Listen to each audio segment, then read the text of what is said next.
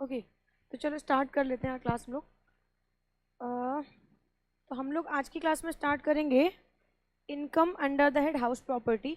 जो देखेंगे ध्यान से सर, हम लोग कर रहे हैं इनकम टैक्स एक्ट 1961। ये इम्पोज होता है इनकम पे, और बेसिकली इनकम को कमाने के हमारे पास होते हैं 5 तरीके जिनके ऊपर ये एप्लीकेबल होता है। सर पहली हेड होती है हमारे पास सैलरी हेड, दूसरी हेड है हमारी हाउस प्रॉपर्टी, अगली हेड है हमारी PGBP profit and gain from business and profession, फिर है capital gain and other sources. तो बेसिकली हमारे पास ये 5 हेड होते हैं इनकम को अर्न करने के, जिसमें इनकम टैक्स का सेक्शन 15 to 17 कवर करेंगे हम लोग सैलरी वाले हेड में, सेक्शन 22 to 27 कवर करने वाले हम लोग हाउस प्रॉपर्टी में, 28 टू सेक्शन 44 कवर करने वाले हम लोग PGBP में, एंड 45 टू सेक्शन 55 कवर करेंगे कैपिटल गेन में, 56 टू 59 सेक्शन हम लोग कवर करने वाले हैं अदर सोर्सेज में। ठीक है, तो हमारे पास ये हेड्स ऑफ इनकम है, इनको हम लोग हेड्स ऑफ इनकम बोलते हैं। इन हेड से हम इनकम को कमाते हैं, और इन हेड से इनकम को कमाने के बाद हम इन हेड से इनकम को सम अप करते हैं, एंड सम अप करने के बाद जो फिगर आती है ये फिगर को हम लोग बोलते हैं ग्रॉस टोटल इनकम। ये फिगर को हम लोग बोलेंगे gross total income. And gross total income से जब हम लोग डिडक्शन को लेस कर देते हैं तो ये आती है हमारे पास टोटल इनकम, एंड हम इस टोटल इनकम पे टैक्स को जमा करते हैं ना। तो अल्टीमेटली हमारा ऑब्जेक्टिव क्या है, हमारे को हेड्स ऑफ इनकम निकालना सीखना है, एंड हेड्स ऑफ इनकम के बाद डिडक्शन का कॉन्सेप्ट सीखेंगे, एंड उसके बाद हम लोग टोटल इनकम को निकाल पाएंगे, है ना। यार ये लंबा प्रोसेस है। फिलहाल तो आज की क्लास में हम क्या करेंगे ये बता दें।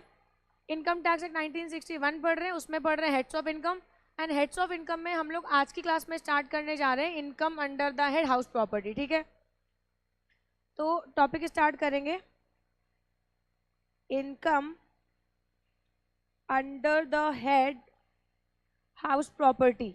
ठीक है मैम, तो हमने ये स्टार्ट कर दिया income under the head house property. अगर हम बात करें तो ये हेड में कितने सेक्शन कवर होने वाले, ये हेड में कवर होने वाले सेक्शन 22 टू सेक्शन 27। तो इतने सेक्शंस को हम लोग यहाँ पे कवर करने वाले हैं। ठीक है मैम, इतनी कहानी समझ में आ गई। अब एक चीज़ और बता दूँ, फिर आगे चलेंगे, स्टार्ट करेंगे हेड्स ऑफ इनकम। देखो हम लोग पढ़ रहे हैं इनकम टैक्स एक्ट 1961, ये इम्पोज होता है इनकम पे, और इन इनकम को कमाते हैं पर्सन, इन इनकम को कमाते हैं पर्सन। तो मुद्दा ये आता है कि इनकम टैक्स में पर्सन कौन होता है। तो हम यहाँ पे बात करें तो इनकम टैक्स में बेसिकली पर्सन को सेक्शन 2 क्लॉज 31 में डिफाइन किया गया है, और पर्सन में इनकम टैक्स एक्ट में कहा गया एक तो इंडिविजुअल हो सकता है, दूसरा हिंदू अनडिवाइडेड फैमिली को भी हम पर्सन ट्रीट करते हैं, कंपनी को भी हम लोग पर्सन ट्रीट करते हैं, फर्म को भी हम पर्सन ट्रीट करते हैं, एसोसिएशन ऑफ पर्सन को भी हम पर्सन, या बॉडी ऑफ इंडिविजुअल को भी हम यहाँ पर्सन ट्रीट करते हैं, आर्टिफिशियल जुडिशियल पर्सन हम इनको भी पर्सन ट्रीट करते हैं, एंड लास्टली आता है लोकल अथॉरिटी। तो बेसिकली हमारे पास पर्सन में ये 7 पर्सन को 7 पार्ट्स में कैटेगराइज किया गया है ना। Individual, HUF, company, firm, association of person या body of individual, artificial judicial person और लोकल अथॉरिटी। ठीक है ना यार। तो अब बात करते हैं कि हम पढ़ने जा रहे हैं income under that house property. तो सबसे पहले ये डिस्कस कर लेते हैं कौन से ऐसे पर्सन हैं जो इस हेड से इनकम को अर्न कर सकते हैं। अच्छा यहाँ पे देखो, इस हेड से कौन कौन से पर्सन है वो इनकम को अर्न कर सकते हैं। देखो ये हेड से इंडिविजुअल भी इनकम को अर्न कर सकता है, HUF भी इनकम, HUF भाई मेरे पास हाउस प्रॉपर्टी है, मैं उस हाउस प्रॉपर्टी को लेट आउट करके इनकम को अर्न कर सकती हूँ। अगर मैं हिंदू अनडिवाइडेड फैमिली हूँ तो हिंदू अनडिवाइडेड फैमिली के पास भी हाउस प्रॉपर्टी हो सकती है, या फिर मान लो फॉर एग्जांपल मैं कंपनी हूँ तो कंपनी के पास भी उसकी प्रॉपर्टी होती है और वो भी लेट आउट कर सकते हैं। फर्म के पास पार्टनरशिप, फर्म के पास भी उनकी प्रॉपर्टी हो सकती है, वो भी लेट आउट कर सकते हैं, या फिर कोई एसोसिएशन ऑफ पर्सन है या कोई बॉडी ऑफ इंडिविजुअल है, ये भी लेट आउट कर सकते हैं। इसके अलावा आर्टिफिशियल जुडिशियल पर्सन, कोई स्टैचुटरी बॉडी है उसके पास भी तो प्रॉपर्टी हो सकती है, क्योंकि ये भी तो पर्सन होती है, तो ये भी प्रॉपर्टी को लेट आउट कर सकती है। एंड लोकल अथॉरिटी, आप देखते हो लखनऊ डेवलपमेंट अथॉरिटी के पास कितनी सारी प्रॉपर्टी है, और ये लेट आउट करते हैं उसको, तो इसका मतलब है 7 के 7% इस हेड से इनकम को अर्न कर सकते हैं। मैम क्या कोई ऐसी इनकम है जो कोई पर्सन नहीं अर्न कर सकता? जैसे सैलरी इनकम, क्या कंपनी सैलरी इनकम अर्न कर सकती है? नहीं। क्या एचयूएफ कर सकती है? नहीं। तो सैलरी इनकम कौन करता है? सिर्फ इंडिविजुअल करते हैं। तो इसीलिए ये जानना भी बहुत जरूरी है कि कौन से पर्सन कौन कौन सी इनकम को अर्न कर सकते हैं। फिलहाल हम लोग स्टार्ट कर रहे हैं आज की क्लास में income under that house property. तो हम लोग इसमें सीखेंगे कौन कौन से पर्सन हाउस प्रॉपर्टी की इनकम को अर्न कर सकते हैं। जिस हेड में पहुंचेंगे उस हेड में बात करेंगे, ठीक है? ओके, तो अब सीधे बात कर रहे हैं सेक्शन 22 की। इतनी बात क्लियर हो गई। पढ़ने क्या जा रहे हैं? Income under that house property पढ़ने जा रहे हैं। एंड हाउस प्रॉपर्टी से कौन कौन से पर्सन इनकम को अर्न कर सकते हैं? 7 पर्सन हैं, 7% इस हेड से इनकम को अर्न कर सकते हैं, कोई रिस्ट्रिक्शन नहीं है। नाउ अब हम मूव करने जा रहे हैं सेक्शन 22 की। सेक्शन 22 क्या कहता है, किस पर्टिकुलर चीज पे सेक्शन 22 अट्रैक्ट करता है? तो हम अगर यहाँ पे बात करें तो कहते हैं कि अगर किसी हाउस प्रॉपर्टी को हमने लेट आउट किया और हमें रेंटल इनकम मिली तो वो चीज को हम ये हेड में कवर करने वाले हैं। हाउस प्रॉपर्टी को लेट आउट किया और लेट आउट करने से अगर हमें कोई इनकम हुई तो वो हम इस हेड में कवर करने वाले, समझता है? अच्छा, तो इसका मतलब चार्जिंग सेक्शन है सेक्शन 22, और ये कहता है अगर किसी भी पर्सन ने किसी भी प्रॉपर्टी को रेंट किया तो जो भी रेंटल इनकम आ रही है, किसी भी पर्सन ने किसी भी हाउस प्रॉपर्टी को रेंट किया तो इस रेंट से कोई भी इनकम आएगी तो वो कहाँ जाएगी? सेक्शन 22 में जाएगी। क्या मैम हमेशा ये होएगा? नहीं, हमेशा ये नहीं होएगा। अगर किसी पर्सन का लेटिंग आउट का बिजनेस है तो फिर वो बिजनेस वाली हेड में चला जाएगा। जैसे मैंने प्रॉपर्टी को लेट आउट किया तो मेरे को लेट आउट करने से जो इनकम आई वो इस हेड में जाएगी।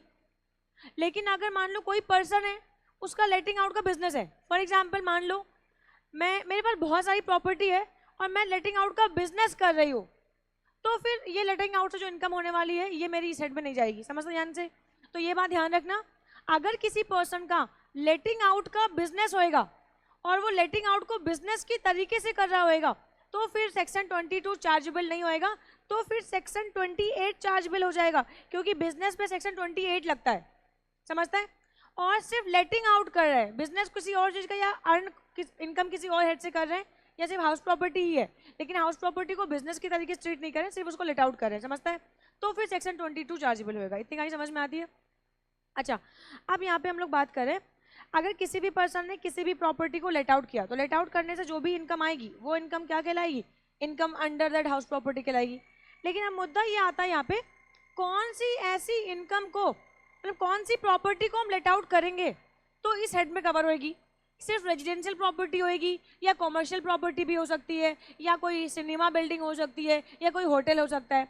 तो सेक्शन 22 कहता है किसी भी पर्सन ने किसी भी हाउस प्रॉपर्टी को लेट आउट किया तो उससे होने वाली इनकम इस हेड में जाएगी। अब यहाँ पे कहते हैं लेकिन बिल्डिंग कौन सी होगी? तो यहाँ पे कहते हैं बिल्डिंग रेजिडेंशियल भी हो सकती है, बिल्डिंग आपकी कॉमर्शियल भी हो सकती है, बिल्डिंग आपकी सिनेमा बिल्डिंग भी हो सकती है, कोई होटल बिल्डिंग भी हो सकती है, कोई गोडाउन भी हो सकता है ना? यानी किसी भी तरीके की बिल्डिंग को अगर आप लेट आउट करते हो और रेंटल इनकम को गेन करते हो तो वो रेंटल इनकम सेक्शन 22 में चार्जेबल होएगी। क्लियर ये वाली बात? जरा इसको आप पढ़ोगे फटाक से, देखो यहाँ ध्यान से। Income from letting out of house property is chargeable to tax under that house property if the income is from the sale or purchase of house property। Sale और परचेज है और सेल और परचेज का business है। अगर हमने house property को cell और परचेज किया और सेल और परचेज का बिजनेस है तो ये सेक्शन 22 में जाएगी, नहीं 28 में जाएगी। देखो यहाँ पे, अगर रेंट किया तो सेक्शन 22, और अगर हमने किसी भी पर्सन के पास कोई हाउस प्रॉपर्टी है और इसने इस हाउस प्रॉपर्टी को सेल किया या परचेज किया और इंटेंशन क्या है? इंटेंशन है बिजनेस की, तो फिर ये केस में ये प्रॉपर्टी कहाँ जाने वाली है? तो ये केस में ये प्रॉपर्टी जाएगी सेक्शन 28 में। जैसे शालीमार, तुलसियानी ग्रुप, इनका क्या है? इनका सेल और परचेज का ही बिजनेस है। ये प्रॉपर्टी को या तो किसी से परचेज करके फिर बेचते हैं या फिर प्रॉपर्टी को बनाते हैं, कंस्ट्रक्ट करते हैं और फिर बेचते हैं। तो इनका सेल और परचेज का बिजनेस है, और अगर किसी पर्सन का सेल और परचेज का बिजनेस होएगा तो फिर वो प्रॉपर्टी सेक्शन 28 में जाने वाली। बोल भाई थी कहीं समझ में आई? अगर रेंट आउट किया तो कहाँ जाएगी? सेक्शन 22 में। अगर सेल और परचेज का बिजनेस है और सेल और परचेज बिजनेस के पॉइंट ऑफ व्यू से किया, सेक्शन 28 में जाएगी। और अगर किसी पर्सन की कोई प्रॉपर्टी है और ये प्रॉपर्टी को ये सेल कर रहे हैं या परचेज कर रहे हैं, लेकिन जो पर्पस है वो इन्वेस्टमेंट है, तो ये केस में ये प्रॉपर्टी का जो गेन होएगा वो कहाँ जाएगा? सेक्शन 45 में। फिर से देखो ध्यान से क्या कहा मैंने। अगर किसी पर्सन ने किसी प्रॉपर्टी को लेट आउट किया, तो लेट आउट करने से जो इनकम आई वो सेक्शन 22 में जाएगी। अगर किसी पर्सन ने किसी प्रॉपर्टी को सेल और परचेज किया और इंटेंशन उसका बिजनेस है, तो वो इनकम जाएगी सेक्शन 28 में, पीजीबीपी में। और किसी पर्सन का, कोई पर्सन प्रॉपर्टी को सेल और परचेज तो कर रहा है, कोई पर्सन किसी प्रॉपर्टी को सेल और परचेज तो कर रहा है, लेकिन इंटेंशन बिजनेस नहीं है। मैंने एक प्रॉपर्टी को इन्वेस्ट किया, थोड़े टाइम पीरियड तक होल्ड किया, 3-4 साल 5 साल होल्ड किया, फिर उसको महंगे दामों में बेच दिया। तो इसका मतलब क्या है कि यहाँ पे मेरी इंटेंशन बिजनेस नहीं है। इन्वेस्ट किया, इन्वेस्ट के बाद जो पैसे प्राइस बढ़े उसके, उस पर बेच दिया और बेच के मैंने मुनाफा कमा लिया। तो यहाँ पे इन्वेस्टमेंट है हमारा ऑब्जेक्टिव। तो ये वाली हेड से जो इनकम, ये ट्रांजेक्शन से जो इनकम आएगी वो कहाँ जाएगी? सेक्शन 45 में जाएगी। समझता है बात को? कैपिटल गेन में। यानी कि ये सेक्शन 22 हाउस प्रॉपर्टी का सेक्शन है, सेक्शन 28 पीजीबीपी का सेक्शन है, एंड सेक्शन 45 कैपिटल गेन का सेक्शन है। समझता है ये बात को? अच्छा, तो आप जरा ध्यान से देखिएगा।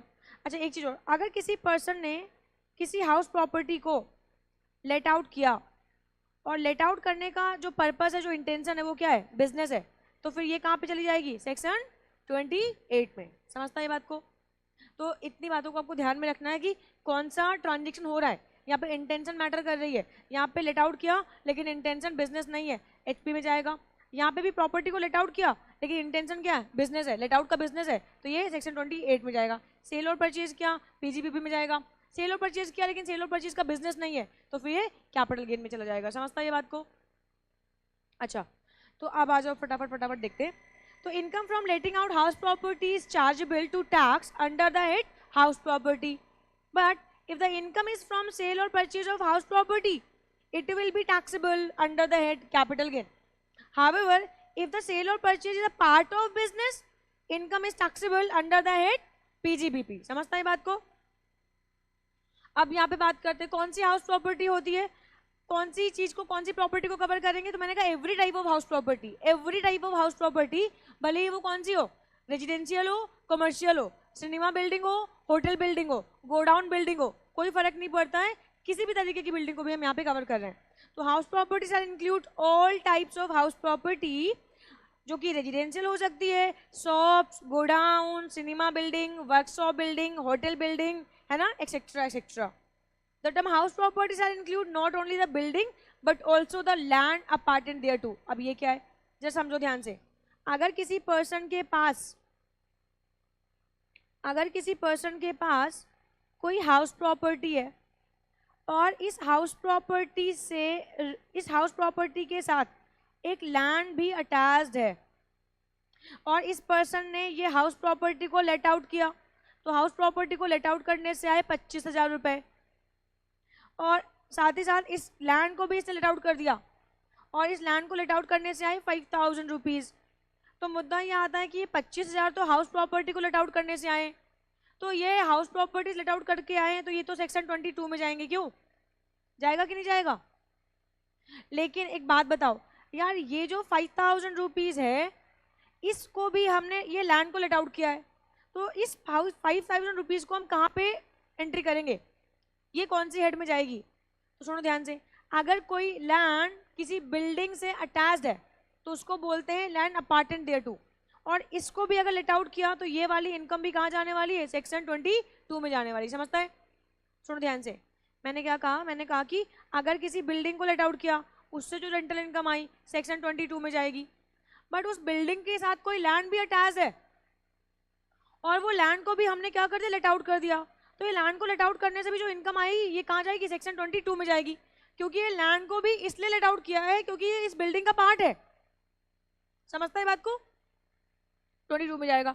लेकिन अगर किसी पर्सन के पास सिर्फ और सिर्फ एक लैंड का टुकड़ा है और इसने इसको लेट आउट कर दिया है, तो मुझे आप एक बात बताओ, अगर इस किसी पर्सन के पास सिर्फ लैंड का एक टुकड़ा है और इसने इस लैंड के टुकड़े को लेट आउट कर दिया है, तो इस लेट आउट से इस रेंटल इनकम को कहां पे लेके जाएंगे? तो इसको हम लोग लेके जाएंगे अदर सोर्सेज में, समझता है? सेक्शन 56 में लेके जाएंगे, समझता है?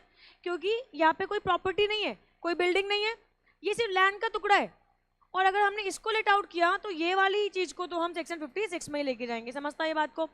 सिर्फ लैंड है, सेक्शन 56 का पार्ट बनेगा, लैंड बिल्डिंग के साथ अटैच्ड है तो सेक्शन 22 का पार्ट बनेगा, समझता है ये बात को? अच्छा, तो मैंने इतनी बातें अभी तक आप लोगों को सिखाई कि अगर किसी पर्सन ने किसी हाउस प्रॉपर्टी को लेट आउट किया, लेट आउट करने से जो इनकम आई वो सेक्शन 22 में जाएगी, income under that house property. अगर किसी पर्सन ने किसी लैंड, किसी प्रॉपर्टी को सेल और परचेज किया और इंटेंशन बिजनेस है, तो वो इनकम कहाँ जाएगी? पीजीबीपी में जाएगी। अगर किसी पर्सन ने किसी प्रॉपर्टी को सेल और परचेज किया है और इंटेंशन जो है वो इन्वेस्टमेंट है खाली, तो सेक्शन 45 में जाएगा, यानी कि income under that capital gain में जाएगा। अगर किसी पर्सन ने किसी हाउस प्रॉपर्टी को लेट आउट किया एंड लेट आउट करने का जो पर्पज है, जो इंटेंशन है वो बिजनेस है, लेटिंग आउट का बिजनेस है, तो फिर ये केस में ये वाली इनकम कहाँ जाएगी? सेक्शन 28 में जाएगी, पीजीबीपी में जाएगी, income under that profit and gain from business and profession. And अगर किसी पर्सन ने किसी बिल्डिंग को लेट आउट किया है एंड बिल्डिंग के साथ किसी लैंड को भी लेट आउट किया है, तो लैंड और बिल्डिंग दोनों से होने वाली इनकम कहाँ जाने वाली है? सेक्शन 22 में जाने वाली है। और अगर किसी पर्सन ने सिर्फ और सिर्फ किसी लैंड को लेट आउट किया है, तो इससे होने वाली इनकम कहाँ जाने वाली है? अदर सोर्सेज में। बोल भाई, इतनी कहानी क्लियर होती है आप लोगों को? आगे बढ़ते हैं। अब यहाँ पे बात करते हैं, if any person has let out only land which is not essential part of any building, income is taxable under the head other sources। बोल भाई, इतनी कहानी समझ में आती है क्या? चलो अब आगे एक और बात करते हैं, एक और केस बनता हमारे पास। मान लो कोई पर्सन है, इनका बिजनेस है, किसका बिजनेस है? सेल और purchase of house property, sale और परचेज ऑफ हाउस प्रॉपर्टी। अच्छा, तो इन्होंने क्या किया? इन्होंने एक बिल्डिंग को परचेज कर लिया, पहले इन्होंने एक बिल्डिंग को परचेज कर लिया,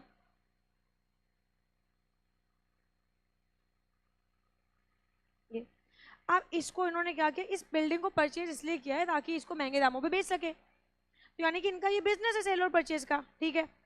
अब बिल्डिंग परचेज तो कर लिया, ग्राहक का वेट कर रहे हैं, लेकिन बायर तो आ ही नहीं रहा है, टाइम लग रहा है, तो उन्होंने कहा फालतू में लैंड, ये जो बिल्डिंग है ये फालतू में खाली पड़ी हुई है, एक काम करते हैं, चलो इसको लेट आउट कर देते हैं। और इन्होंने इस बिल्डिंग को लेट आउट कर दिया।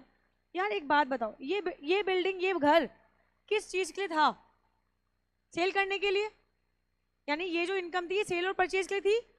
अच्छा, लेकिन अभी सेल नहीं हो रहा है, बायर नहीं आ रहा है, या आ रहा है लेकिन बात नहीं बन रही है, तब तक कि इन्होंने कहा कि एक काम करते हैं, something is better than nothing, तो उसको लेट आउट कर देते हैं। अब किसी पर्सन ने किसी बिल्डिंग को सेल और परचेज के लिए रख रखा है, लेकिन अभी सेल हो नहीं रही है, थोड़ा टाइम लग रहा है, तो इसने इसको क्या कर दिया? लेट आउट कर दिया। तो मुझे आपसे ये पूछना है कि आप ये बताओ कि ये जो बिल्डिंग को लेट आउट किया, वैसे तो ये सेल परचेज के लिए थी, वैसे तो ये बिल्डिंग बिजनेस को बिलोंग कर रही है, लेकिन बिजनेस को जो बिल्डिंग बिलोंग करी उसको लेट आउट कर दिया, तो उससे होने वाली इनकम कहाँ जाने वाली है? कहाँ जाएगी? तो ये भी जाएगी सेक्शन 22 में, ठीक है ना यार? ध्यान रखिएगा इस बात को। जैसे शालीमार ने बहुत सारे अपार्टमेंट्स बना दिए, बहुत सारी बिल्डिंग्स बना दी। अब इन्होंने अपार्टमेंट्स और बिल्डिंग्स तो बहुत सारे बना दिए, अब अभी सेल नहीं हो रही है, या बायर नहीं आ रहा है, या टाइम लगेगा, तो इन्होंने कहा कि एक काम करते हैं, फालतू में ऐसे ही पड़ा हुआ है, कोई अगर इसमें टेनेंट रहने को आ जाएगा तो इसकी मेंटेनेंस भी हो जाएगी, और इन्होंने इसको लेट आउट कर दिया और उससे रेंटल इनकम आने लगी। तो अगर किसी पर्सन ने किसी बिल्डिंग को होल्ड किया है फॉर बिजनेस पर्पस, लेकिन टेम्प्रोरी उसको लेट आउट कर दिया, तो उस तरीके की लेटिंग आउट से होने वाली इनकम भी जाएगी income under the head house property में। समझता है ये बात को? समझता है? आ जाओ, देखो यहाँ पे, if any person is holding house property as a stock in trade for sale or purchase of house property, income shall be taxable under that house property. Similarly if any person has a business of, ये तो मैं बता चुकी थी आप लोगों को, यहाँ पे आओ। If any person is holding house property for the purpose of sale or purchase, but it has been let out for some time, income shall be taxable under the head house property. समझता है ये बात को? तो अभी तक हमने इतना सीखा कि सेक्शन 22 किस चीज का है सेक्शन। तो सेक्शन 22 कहता है कि अगर किसी भी पर्सन ने किसी भी प्रॉपर्टी को लेट आउट किया है, लेट आउट करने से कोई भी रेंटल इनकम आ रही है, वो सेक्शन 22 का पार्ट बनेगी। हाउस प्रॉपर्टी इंक्लूड्स किसी भी तरीके की हाउस प्रॉपर्टी, वो रेजिडेंशियल है, कॉमर्शियल है, सिनेमा बिल्डिंग है, शॉप है, होटल बिल्डिंग है, कोई भी हो सकती है। बट अगर हमने लेटिंग आउट का बिजनेस किया तो वो जाएगी पीजीबीबी में, बिजनेस वाली हेड में चली जाएगी। सेल और परचेज किया, बिजनेस है तो पीजीबीबी में जाएगा। सेल और परचेज किया पर्पज इन्वेस्टमेंट है तो कैपिटल गेन में जाने वाला। अगर बिल्डिंग के साथ कोई लैंड भी अटैच्ड है, उसको भी लेट आउट किया तो वो कहाँ जाएगी? हाउस प्रॉपर्टी में। बट अगर सिर्फ और सिर्फ लैंड को लेट आउट किया तो कहाँ जाने वाला है? अदर सोर्सेज में। समझता है ये बात को? और अगर किसी पर्सन के पास कोई बिल्डिंग है और उनका जो पर्पस है वो क्या है? बिजनेस है, मतलब वो कोई किसी पर्सन ने कोई बिल्डिंग को होल्ड करके रखा हुआ है और वो बिल्डिंग स्टॉक इन ट्रेड की तरीके से है, बट टेम्परली उन्होंने इसको लेट आउट कर दिया, तो वो इनकम भी कहाँ जाने वाली है? हाउस प्रॉपर्टी में। समझता है बात को? चलो इतनी बातें तो मैं क्लियर हो गई, आगे बात करते हैं।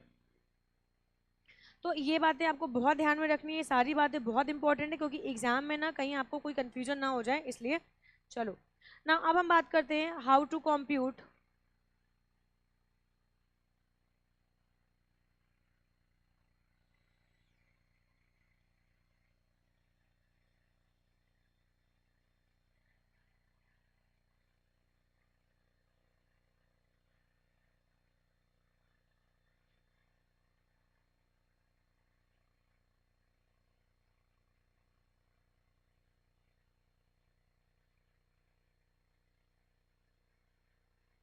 अब हम बात करने जा रहे हैं how to compute income under that house property. आप जरा देखिएगा ध्यान से, हम हाउस प्रॉपर्टी के अंतर्गत इनकम को कैसे कंप्यूट करेंगे। तो देख भाई, सबसे पहले ना जब भी हमारे पास कोई हाउस प्रॉपर्टी होएगी तो इस हाउस प्रॉपर्टी को हम जब लेट आउट करेंगे तो लेट आउट करने से एक आती है वैल्यू जिसको हम लोग बोलते हैं ग्रॉस एनुअल वैल्यू। ठीक है ना यार? तो सबसे पहले हम इसकी ग्रॉस एनुअल वैल्यू कंप्यूट करेंगे। Gross annual value, gross annual value ये आ जाएगी हमारे पास। इससे लेस करेंगे हम लोग क्या? Municipal taxes. ये म्युनिसिपल टैक्सेस हम लोग यहाँ से लेस कर देंगे, तो फिर जो वैल्यू आएगी इसको हम लोग बोलेंगे नेट एनुअल वैल्यू। यहाँ पे लिखेंगे नेट एनुअल वैल्यू, और इस नेट एनुअल वैल्यू से हम लोग लेस करेंगे, क्या लेस करेंगे? आगे चल के आपको पढ़ाऊंगी सेक्शन 24A। ये क्या है section 24A ma'am? Section 24A को बोलते हैं स्टैंडर्ड डिडक्शन। मैम ये स्टैंडर्ड डिडक्शन क्या होती है? देखो हमारा कानून ये मानता है कि अगर किसी पर्सन ने किसी हाउस प्रॉपर्टी को लेट आउट किया और अगर उस प्रॉपर्टी में कोई टेनेंट आके रहेगा तो डेफिनेटली उस प्रॉपर्टी में कोई ना कोई टूट फूट जरूर होने वाली है। तो ये चीज, ये केस में क्या होएगा? आपको एक certain sum of money expenditure claim करने का मौका मिलेगा। कितना क्लेम करने का मौका मिलेगा? 30% NAV का, NAV का 30% है ना, 30% ऑफ किसका? NAV का। ये आपको फ्लैट डिडक्शन क्लेम करने का मौका मिल जाएगा। यानी अगर आपकी प्रॉपर्टी में कोई भी टेनेंट रह रहा है तो डेफिनेटली वो आएगा तो तोड़फोड़ जरूर होएगी, और अगर तोड़फोड़ होएगी तो उसके रिस्पेक्ट में आपको एक certain sum of money as a expenditure claim करने का मौका मिल रहा है, जो कि कितना है? 30% ऑफ NAV। ठीक है ना यार? तो ये लेस कर दिया हमने, इसको लेस कर दिया। उसके बाद क्या कुछ और भी लेस होएगा? इसके बाद एक और सेक्शन हमें अलाउ होता है जिसको बोलते हैं सेक्शन 24B। 24B क्या है? Interest on loan. Interest on loan ये क्या है मैम? ये है कि मान लो फॉर एग्जांपल किसी भी हाउस प्रॉपर्टी को हमने अगर क्रिएट किया, तो हो सकता है हमने लोन लेके क्रिएट किया हो। किसी भी हाउस प्रॉपर्टी को हमने बनाया, कंस्ट्रक्ट किया, परचेज किया, तो क्या पता लोन लिया हो, तो वो जो लोन लिया है उस पर इंटरेस्ट ज़्यादा होएगा, एंड इंटरेस्ट तो जेन्युइन एक्सपेंडिचर होता है, तो हम यहाँ पे इंटरेस्ट को सेक्शन 24B में अलाउ करवा देंगे। तो जब हम इनको लेस करेंगे तो उसके बाद जो फिगर हमें मिलेगी ये आएगी हमारे पास क्या? Income under the head house property. आई बात समझ में? तो और हमें क्या करना है इस चैप्टर में? बस यहीं तक पहुंचना है। यानी हम क्वेश्चन स्टार्ट करेंगे यहाँ से, क्वेश्चन स्टार्ट करेंगे यहाँ से, और हमारा जो टारगेट है वो ये है, यहाँ तक हमारे को पहुंचना है। ठीक है ना यार? तो अपना आपको स्कोप बता दिया है कि ये चैप्टर में कहाँ से कहाँ तक जाना है। इतनी कहीं समझ में आई ना? आप यार अपने को ना क्वेश्चन में जीएवी निकालनी पड़ेगी, क्योंकि कहते हैं जीएवी होएगा, जीएवी से म्युनिसिपल टैक्स से लेस करोगे, फिर जो वैल्यू आएगी वो क्या कहलाएगी, net annual, sorry annual value आपकी आ जाएगी, नेट एनुअल वैल्यू। उससे हम लोग लेस करेंगे 24A का स्टैट्यूटरी डिडक्शन जो आपका है 30% का, एंड सेक्शन 24B में आपका इंटरेस्ट लेस करेंगे, एंड जो वैल्यू आएगी वो हमारी हाउस प्रॉपर्टी की वैल्यू कहलाएगी। ठीक है ना यार। तो अब यहाँ पे हमें सीखना है हाउ टू कॉम्प्यूट जीएवी।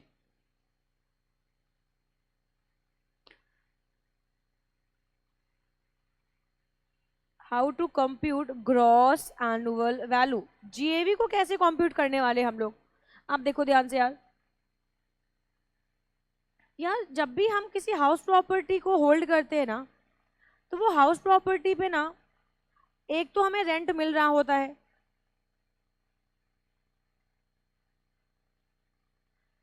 जो रेंट मिल रहा होता है ये तो रेंट है हमारा। बट यार ऐसा भी तो देखो, इनकम टैक्स ना एसएससी को, यानी जो पर्सन है उसको हम लोग टेक्निकली बोलते हैं एसएससी, इनकम टैक्स ना एसएससी को चोर की नजरों से देखता है। मतलब तुमने कह दिया और हमने मान लिया कि तुम्हें तुम्हारी हाउस प्रॉपर्टी से इतना रेंट मिल रहा है। भाई मेरी एक हाउस प्रॉपर्टी है जहाँ पे मुझे ना 50,000 रुपये महीने का मिल रहा है, इनकम टैक्स डिपार्टमेंट को भाई मैं तो दिखाऊंगी कि मुझे 5,000 मिल रहा है।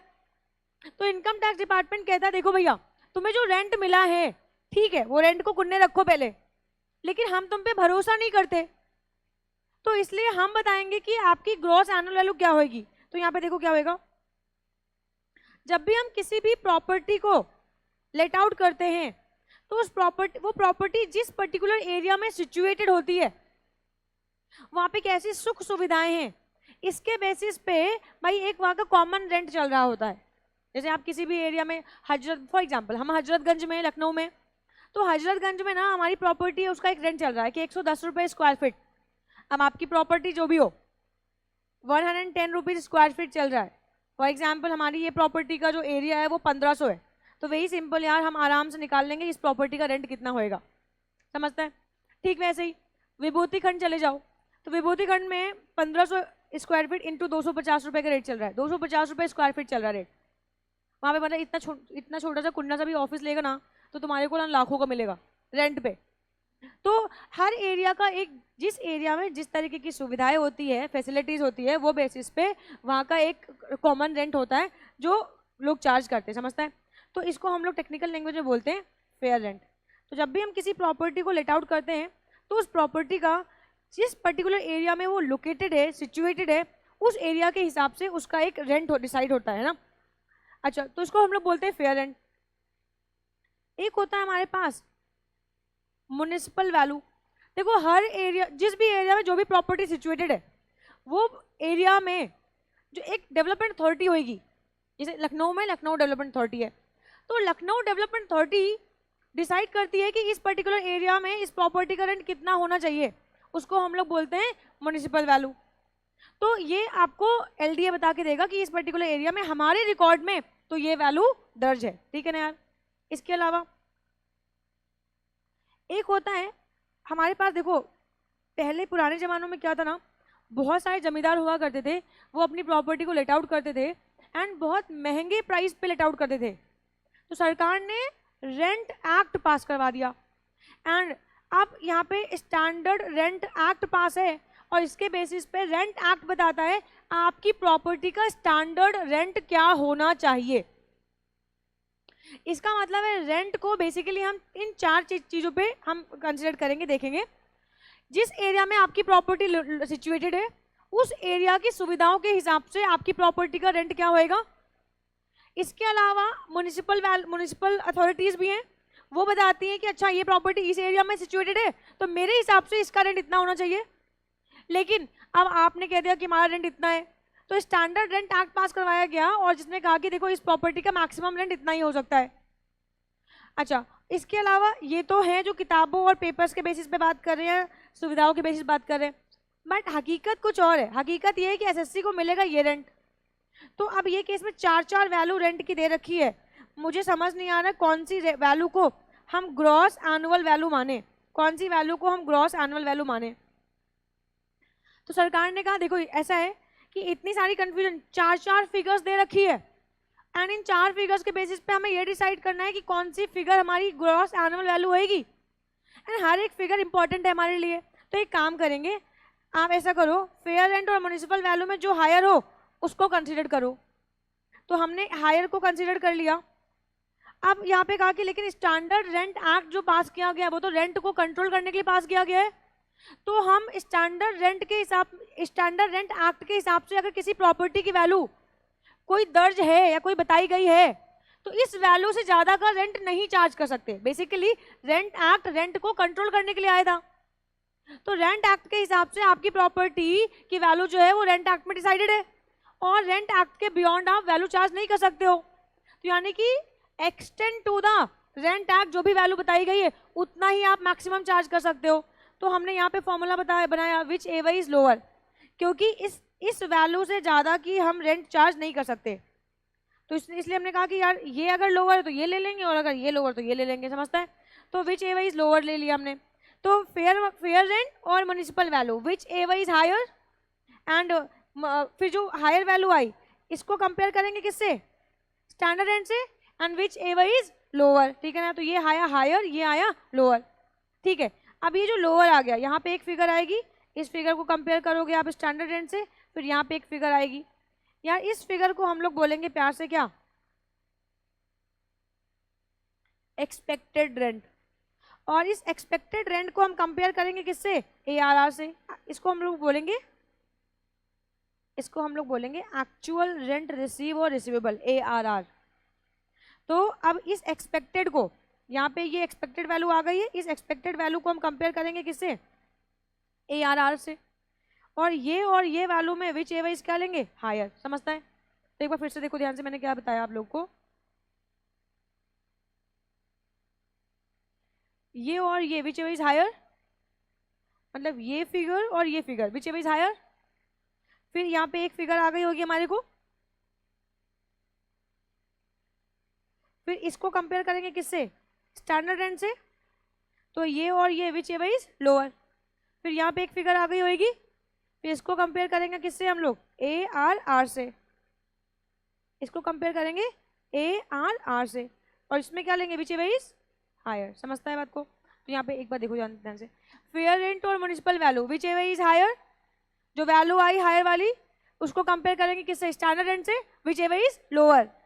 एंड आपको अगर मान लो ये फिगर जो आई इसको हम लोग मानेंगे एक्सपेक्टेड रेंट, इसको हम लोग क्या मानने वाले हैं, एक्सपेक्टेड। ये वाली जो वैल्यू है इसको मानेंगे एक्सपेक्टेड, और एक्सपेक्टेड को हमेशा किससे कंपेयर करते हैं, ARR से, और इन दोनों की जो वैल्यू है कि विच एवर इज हायर, ठीक है। तुम्हारा एक्सपेक्टेड रेंट आ गया ये कि एक प्रॉपर्टी का एक्सपेक्टेड रेंट ये होना चाहिए, ये इनकम टैक्स डिपार्टमेंट बताता है। लेकिन अगर तुम्हें ज्यादा रिसीव हो रहा है तो हम ज्यादा वैल्यू लेंगे, समझता है।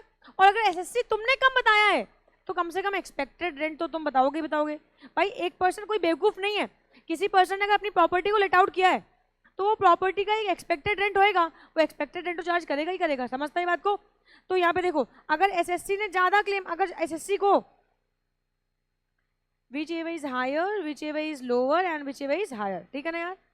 अच्छा, अब अगर एक्सपेक्टेड, ये एक्सपेक्टेड है और आपका जो एक्सपेक्टेड रेंट है, तो कोई भी पर्सन भाई ये अगर ये वाली वैल्यू ज्यादा होगी तो हम इसको कंसिडर करेंगे, और अगर आपको ज्यादा मिल रहा है तो हम इसको कंसिडर करेंगे, समझता है बात को। तो इसका मतलब हमने फॉर्मूला बना दिया, फेयर रेंट और municipal value whichever is lower, and जो लोअर आया उसको कंपेयर किया स्टैंडर्ड रेंट से, and whichever is higher, whichever is lower, this और this whichever is higher. फिर जो वैल्यू आई और उसको इससे कंपेयर करेंगे विच एवर इज लोअर, और फिर जो वैल्यू आएगी उसको क्या बोलेंगे, एक्सपेक्टेड। और एक्सपेक्टेड को हमेशा कंपेयर करेंगे एक्चुअल रेंट रिसीव और रिसीवेबल से, और जो वैल्यू आएगी उसमें से लेंगे whichever is higher. Very simple यार। यहाँ पे आओ, चलो अब एक क्वेश्चन करते हैं इस पे और देखते हैं कि यार इसको हम कैसे कंसिडर करेंगे। चलो ओके, यहाँ पे देखो, mister x has one house property which is let out 80,000। बेटा लेट आउट है 80,000 में, इसका मतलब क्या है, ये ARR है भाई, लेट आउट किया ना तो यही तो रेंट रिसीव हो रहा होगा। तो एक काम करते हैं, हम यहाँ पे पहले लिखना भी स्टार्ट करते हैं, है ना।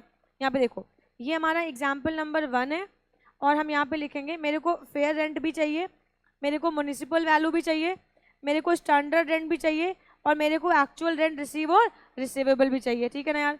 तो एक्चुअल रेंट रिसीव और रिसीवेबल मुझे मिल गया है, ये 80,000 पर मंथ है, तो इसका मतलब है 80,000 इंटू 12 करेंगे, समझता है बात को।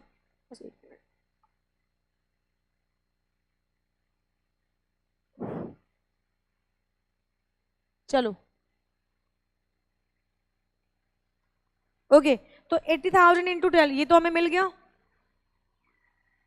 फेयर रेंट है 90,000 पर मंथ, ओ फेयर रेंट भी मिल गया अपने को, कितना मिला 90,000 रुपीज पर मंथ। तो 90,000 इंटू 12 कर देंगे यार, जो भी आएगा अभी फिगर्स आप लोगों से पूछूंगी यार, है ना। फिर उसके बाद है म्युनिसिपल वैल्यूएशन 70,000, म्युनिसिपल वैल्यूएशन है 70,000, तो 70,000 इंटू 12 हो गया। इसके बाद है हमारे पास स्टैंडर्ड रेंट 81,000, बहुत बढ़िया, स्टैंडर्ड रेंट है हमारे पास 81,000, बहुत बढ़िया। तो पहले जीएवी निकाल लें, उसके बाद बाकी की चीजें देखेंगे। बताओ मुझे कितना आएगा, यहाँ पे कितना आएगा 10,80,000, बहुत बढ़िया। यहाँ पे कितना आएगा 8,40,000, बहुत बढ़िया। यहाँ पे कितना आएगा 9,70,000, 72,000। यहाँ पे कितना आएगा 9 लाख, ठीक है। तो दिस और this whichever is higher, higher कितना आ गया 10,80,000 रुपीज, और इसको कंपेयर करेंगे हम लोग स्टैंडर्ड रेंट से, यानी कि इससे which ever is lower, lower कितना आया यार 9,72,000, तो इसको कंपेयर करेंगे इससे 9 लाख, इसे 9,60,000। Whichever is higher, higher कितना आया ग्रॉस एनुअल वैल्यू आ गई 9,72,000 रुपीज, ठीक है। तो ये आ गई। देखो क्या हमारे पास म्युनिसिपल टैक्सेस दे रखे हैं, म्युनिसिपल टैक्सेस दे रखे हैं 60,000, तो यार हम यहाँ पे म्युनिसिपल टैक्सेस लिख देते हैं। म्युनिसिपल टैक्सेस 60,000 रुपीज के म्युनिसिपल टैक्सेस है, लेस करो कितना आएगा यार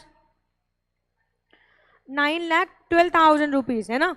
ये क्या आ गई नेट एनुअल वैल्यू ना, और इस नेट एनुअल वैल्यू से क्या लेस करेंगे सेक्शन 24A, ये फ्लैट डिडक्शन है ना 30% की, यानी कि ये क्वेश्चन में दिया होगा, आपको एडजस्ट करना पड़ेगा।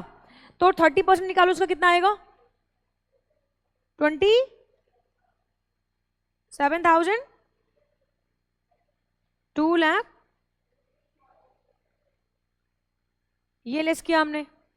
और अब यार देखो क्या कोई इंटरेस्ट भी दे रखा है क्या, यहाँ पे इंटरेस्ट भी दे रखा है 50,000 रुपीज का, बढ़िया बढ़िया बढ़िया। तो ये निकाला हमने यहाँ पे इंटरेस्ट भी। अब लेस करो कितना आएगा 9,80,000, अच्छा okay I am so sorry 5,88,400, ये आ गई income under the head house property. किसी को कोई डाउट हो तो बताओ, किसी भी बच्चे को कोई भी डाउट हो तो बताओ।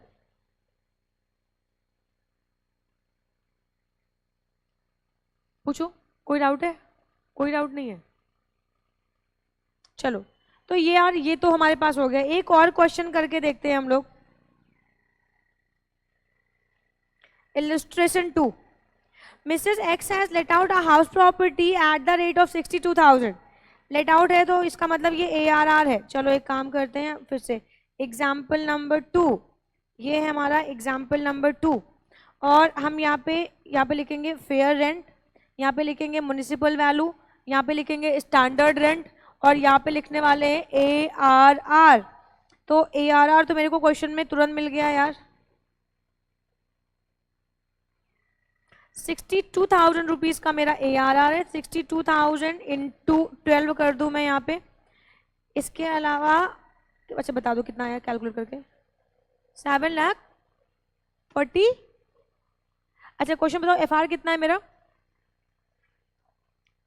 90,000 इंटू 12 कितना आया ये 10,80,000। म्युनिसिपल वैल्यू बताओ क्वेश्चन में कितनी है, म्युनिसिपल वैल्यू 72,000। अपने बुक नहीं लेके आयो क्या आरोही, कितना है बेटा 8,64,000। एंड स्टैंडर्ड रेंट देखना है, स्टैंडर्ड रेंट कितना है 1 लाख रुपीज पर मंथ है ना। एंड म्युनिसिपल टैक्स 40,000 देख लिया यार, है ना। स्टैंडर्ड रेंट ये है 1 लाख रुपीज, तो 1 लाख इंटू 12 करेंगे कितना आ जाएगा बेटा 12 लाख आ जाएगा। ओके तो whichever is higher, 10,80,000. Whichever is lower, तो ये आ जाएगा 10,80,000.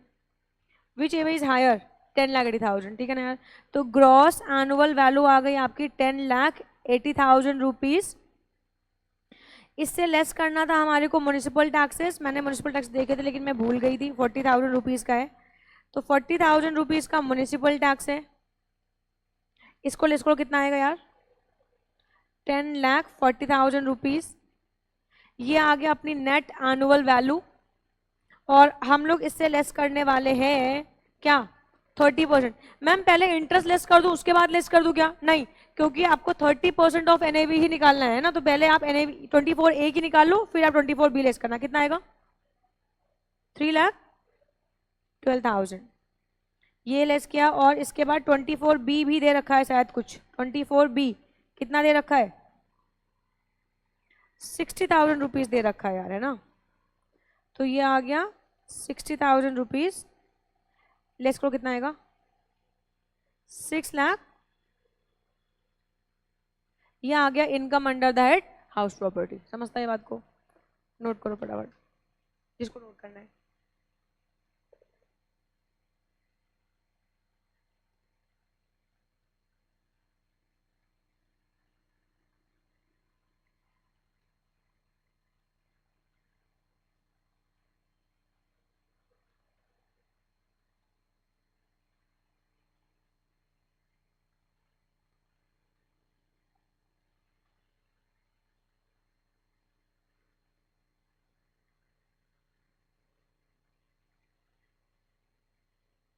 कर लिया? चलो अभी अपना हम लोग ना अगला कॉन्सेप्ट सीखने वाले हैं. अभी इस पे 2 क्वेश्चन हो गए हमारे पास. तो हम अगला कॉन्सेप्ट सीखेंगे. ये आपके लिए SW है, इसमें कुछ है नहीं, बहुत बेसिक है. तो ये आपके लिए होमवर्क है, आप करके लेके आएंगे, मैं चेक करूंगी आपका. और अब हम लोग बात करते हैं यार यहाँ पे सेक्शन 23 सब सेक्शन 1 की बात कर रहे हैं. जरा ये समझना है क्या. देखो वेरी सिंपल, पहले सुन लो फिर उसके बाद मैं रीड करवा दूंगी आप लोगों को. सेक्शन 23 सब सेक्शन 1 कहता है कि अगर यहाँ पे मैंने आप लोगों को बताया था म्युनिसिपल टैक्स के बारे में कि अगर हम income under that house property compute करेंगे तो यहाँ पे हम लोग लेस करते हैं म्युनिसिपल टैक्सेस. हाँ जी मैम, म्युनिसिपल टैक्स लेस करते हैं. देखो यार आपके जो म्युनिसिपल टैक्सेस हैं वो हमेशा पेड बेसिस पे अलाउ होंगे. अगर क्वेश्चन में कहीं पे भी पेबल लिखा है तो प्लीज इसको अलाउ मत करवाना. ये हमेशा पेड बेसिस पे अलाउ होते हैं. यानी कि 31 मार्च तक आप इसको पे कर दो हर हाल में. ठीक है ना यार. या रिटर्न फाइलिंग की डेट से पहले भी आप इसको पे कर सकते हो, तब तो आप क्लेम कर पाओगे, अदरवाइज आप क्लेम नहीं कर पाओगे. समझता है? तो म्युनिसिपल टैक्सेस जब भी आप income under the house property निकालोगे तो म्युनिसिपल टैक्सेस पेड बेसिस पे अलाउ होंगे, पेबल पे कभी भी अलाउ नहीं होने वाले. अच्छा, इसके अलावा दूसरी चीज देखो, म्युनिसिपल टैक्सेस को पे करने की जिम्मेवारी किसकी होती है? ऑब्लिगेशन किसके होते हैं? ओनर के होते हैं. अगर ये जिम्मेवारी ओनर की है तो ये ओनर को ही पे करना होगा. अगर टेनेंट ने पे कर दिया है और आपको क्वेश्चन में दिया है कि पेड बाय द टेनेंट, ये आप अलाउ मत करवाना, क्योंकि म्युनिसिपल टैक्स पेड होने चाहिए and paid by the owner ही होने चाहिए. और अगर ये पेड बाय द ओनर नहीं है, टेनेंट है, तो इनकम टैक्स डिपार्टमेंट कहता है हम इसको डिसअलाउ कर देंगे. समझता है ये बात को? तो बस यही चीज आपको सिखानी. 2 बातें यहाँ पे ध्यान रखिएगा. तो यहाँ पे क्या कह रहे हैं यार, म्युनिसिपल टैक्सेस क्या होते हैं ये आप लोगों को पता है कि जब भी कोई भी अथॉरिटी किसी पर्टिकुलर सिटी, टाउन और विलेज को मेंटेन करती है तो उस मेंटेनेंस के रिस्पेक्ट में एक सर्टेन सम ऑफ मनी आपसे चार्ज करती है, जिसको हम लोग म्युनिसिपल टैक्सेस बोलते हैं. And municipal taxes, if SSC has paid such taxes deduction paid such taxes, deduction shall be allowed for the tax of paid from the GAV, but if tax is due but not paid, deduction is not allowed. समझता है ये बात को? And it has been paid by the tenant, in that case tax shall not be allowed to be deducted. ठीक है ना यार. तो 2 बातें, पेड बाय द ओनर होना चाहिए और पेड होना चाहिए. समझता है? पेबल होएगा तो ये आपको अलाउ नहीं होने वाला. ठीक है ना यार. आगे बढ़ते हैं. अब यहाँ पे एक चीज और बता दूं आप लोगों को, मतलब मैं अपने हिसाब से पढ़ाऊंगी आप लोगों को. तो मैं यहाँ पे पढ़ाऊंगी अब आपको रेंट का कॉन्सेप्ट. सीधे हम लोग मूव कर रहे हैं रेंट के कॉन्सेप्ट पे.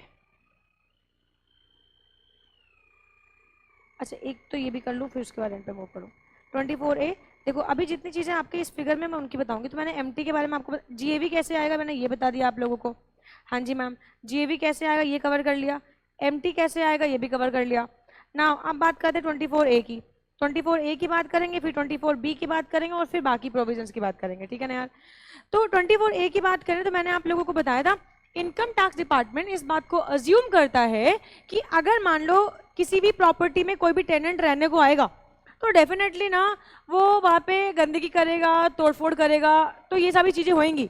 तो इनकम टैक्स डिपार्टमेंट कहता है टोटल डिडक्शन का, टोटल नेट एनुअल वैल्यू का 30% हम ये मान लेंगे कि ये तो ओनर का एक्सपेंडिचर है, कि वो प्रॉपर्टी पे हर साल तो वो करेगा ही करेगा। तो ये केस में आपको 24A अलाउ होता है, जो देखना ध्यान से। Every SSC shall be allowed to a notional expenditure. Notional का मतलब है आपको क्वेश्चन में देंगे कि मान लो फॉर एग्जांपल है कि किसी पर्सन की जो प्रॉपर्टी, किसी पर्सन ने किसी प्रॉपर्टी को लेट आउट किया, उसने प्रॉपर्टी पे 2,70,000 रुपए खर्च कर दिए और उसका जो नेट एनुअल वैल्यू जो 30% का 24A में आप डिडक्शन कंप्यूट कर रहे हो, वो जो डिडक्शन निकल के आ रहा है वो तो 1 ही लाख निकल के आ रहा है। तो लॉ कहता है इरेस्पेक्टिव ऑफ द एक्सपेंडिचर आपको हम यही अलाउ करवाएंगे। हो सकता है आपका प्रॉपर्टी पे खर्चा 30,000 किया हो आपने, हो सकता है किसी पर्सन ने प्रॉपर्टी पे खर्चा 30,000 नहीं किया हो, तब भी आपको कितना अलाउ करवा देंगे 1 लाख। या हो सकता है आपने ज्यादा किया हो तब भी कितना करवाएंगे 1 लाख। समझता है? तो इरेस्पेक्टिव ऑफ द एक्सपेंडिचर आपको 30% डिडक्शन ही क्लेम करने का मौका मिलेगा। Irrespective of the expenditure 30% deduction he claim करने का मौका मिलेगा, ठीक है। तो every SSC shall be allowed a notional expenditure equal to 30% of the net annual value of the house property for a various expenditure incurred by him. An actual expenditure incurred by the SSC shall not be taken into consideration. तो ये कहते हैं irrespective of the expenditure आपको flat 30% का deduction मिलने वाला है। Clear ये वाली बात को? आ जाओ, वेरी इंपॉर्टेंट बेटा, बहुत इंपॉर्टेंट है, बहुत अच्छे से सीखना हमारे को। अब बात करते हैं इंटरेस्ट की कि इंटरेस्ट क्या होता है और हमें कैसे अलाउ होता है। तो देखो सिंपल सी बात आपको बता दूं, इंटरेस्ट की हम यहाँ पे बात करते हैं। यहाँ पे पहुंच गए 24B पे पहुंच गए यार हम लोग।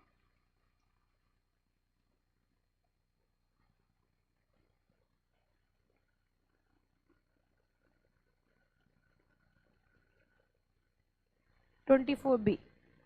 अब ये क्या कहता है? ये कहता है ये जो एक्सपेंडिचर है आपका ये इंटरेस्ट के रिस्पेक्ट में है।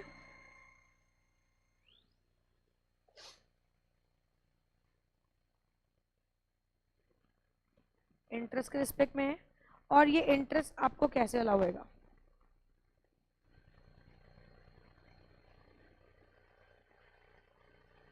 यार सबसे पहली बात तो इंटरेस्ट के रिस्पेक्ट में ये कहते हैं इंटरेस्ट पेड है और पेबल है, और पेबल है। इंटरेस्ट पेड है या पेबल है आपको दोनों तरीके से अलाउ हो जाएगा। इंटरेस्ट पेड है या पेबल है आपको दोनों तरीके से अलाउ हो जाएगा। मतलब अभी म्युनिसिपल टैक्सेस में आप लोगों ने क्या पढ़ा था? म्युनिसिपल टैक्सेस में आप लोगों ने पढ़ा था कि जो आपका म्युनिसिपल टैक्स है अगर वो पेबल होएगा तो वो आपको अलाउ नहीं करवाने वाले है ना। बट इंटरेस्ट के रिस्पेक्ट में ऐसा कुछ भी नहीं है। अगर इंटरेस्ट आपका पेबल है तो वो तब भी अलाउ करवा देंगे, पेड है आपको तब भी अलाउ करवा देंगे। यानी कि यहाँ पे कोई लोचा एंड लफड़ा नहीं है हमारे पास। आपका इंटरेस्ट जो है वो पेबल हो या पेड हो, दोनों ही बेसिस पे ये आपको क्या कर देंगे? अलाउ करवा देंगे। समझता है बात को?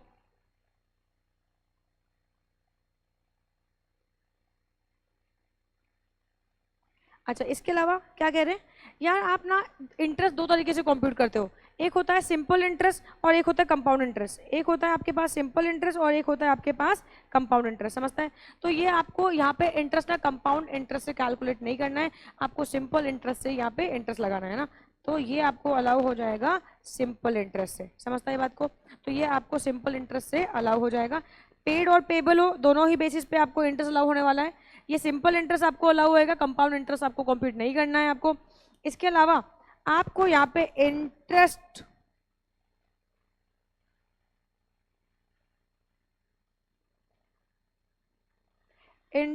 ऑन इंटरेस्ट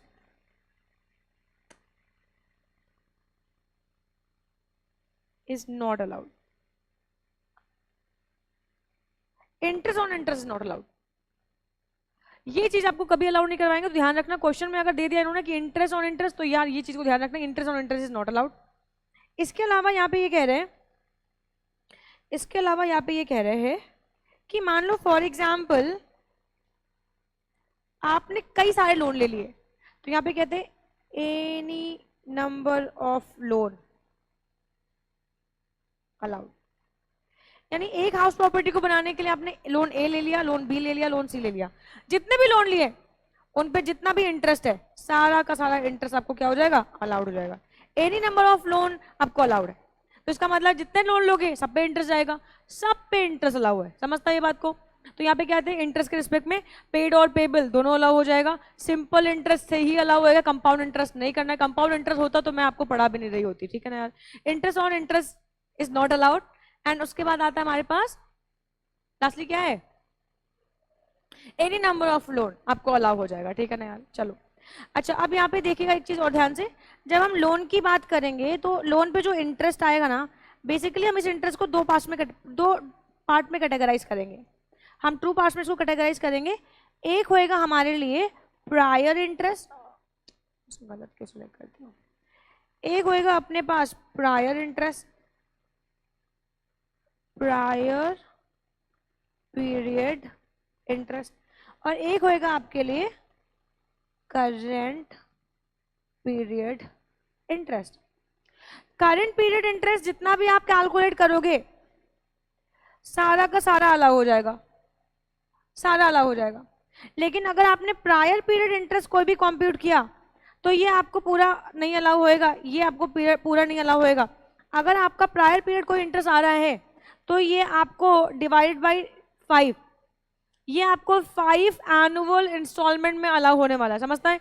तो जितना भी प्रायर पीरियड आएगा डिवाइड बाई 5 करेंगे एंड जो फिगर आएगी वो हर साल अलाउ करवाएंगे। एंड प्रायर पीरियड इंटरेस्ट आपको 5 एनुअल इक्वल इंस्टॉलमेंट में ही अलाउ होएगा। समझता है ये बात को? पक्का पक्का। तो अब हम यहाँ पे बात करें इंटरेस्ट में, अभी हमने इतनी बातें यहाँ करी और ये दो बातें यहाँ करी ना। एक चीज और आती है, ये प्रायर पीरियड इंटरेस्ट क्या होता है? प्रायर पीरियड इंटरेस्ट होता क्या है? देखो, मैंने एक लोन लिया, ये लोन मैंने लिया 1 अगस्त 2019 में, 2020 कर देते हैं यार।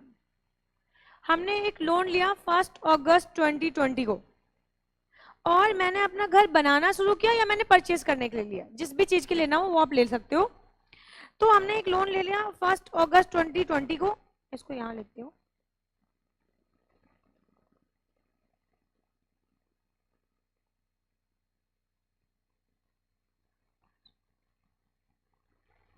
और मैंने एक घर को बनाना स्टार्ट किया, कंस्ट्रक्ट करना स्टार्ट कर दिया।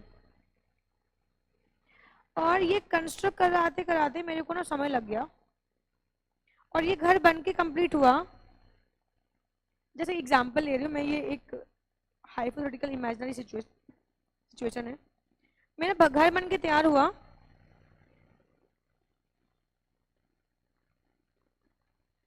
नवंबर 2023 को, यानी 20 में लोन लिया तो 20 भी लग गया, पूरा 21 लग गया, 22 लग गया, 23, नवंबर 2023 को घर बन के तैयार हुआ। समझो ध्यान से। तो जिस फाइनेंशियल ईयर में घर बन के तैयार हुआ है, इस फाइनेंशियल ईयर की ठीक पहले वाली 31 ऑफ मार्च, यह कौन सी 31 ऑफ मार्च होगी यहाँ पे, ये बताना। 2023। हाँ बेटे, मार्च तो इसमें फाइनेंशियल ईयर ना, तो 23 में तो होएगा ना। तो 31 मार्च 2023, नवंबर से जस्ट पहले वाली 31 ऑफ मार्च कौन सी आई है? 31 मार्च 2023। तो आपका जो प्रायर पीरियड होएगा वो होएगा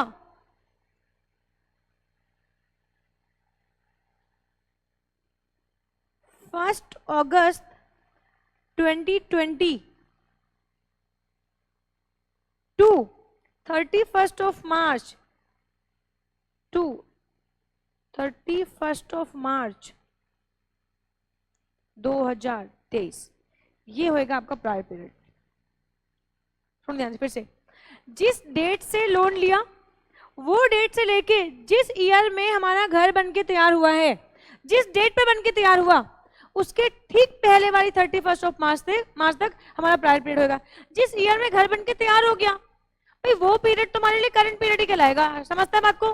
तो जिस ईयर में घर बन के तैयार हुआ उसके ठीक पहले वाली 31 जो होगी, तो जिस डेट को लोन लिया एंड जिस ईयर में घर बन के तैयार हुआ है उसके ठीक पहले 31 इस डेट तक हमारा प्रायर पीरियड होगा, उसके बाद करंट पीरियड चालू। समझता है बात को? जैसे एक एग्जांपल लो और मुझे बताओ प्रायर पीरियड क्या होगा। मैं एग्जांपल लिख रही हूँ, आप बताना। ये 1 अगस्त 2020 में लोन लिया और हमारा जो घर बन के तैयार हुआ है ये तैयार हुआ है 31 मार्च 2024। प्रायर पीरियड बताओ कितना होएगा? हाँ, 1 अगस्त 2022, 31 मार्च 2023 और 2024। देख मैंने जो कह दिया उसको ध्यान रखना। जिस ईयर में घर बन के तैयार हुआ उसके ठीक पहले 31 मार्च, ठीक पहले 31 मार्च क्या आएगी? 31 मार्च 2023 ना। तो प्रायर पीरियड क्या होएगा?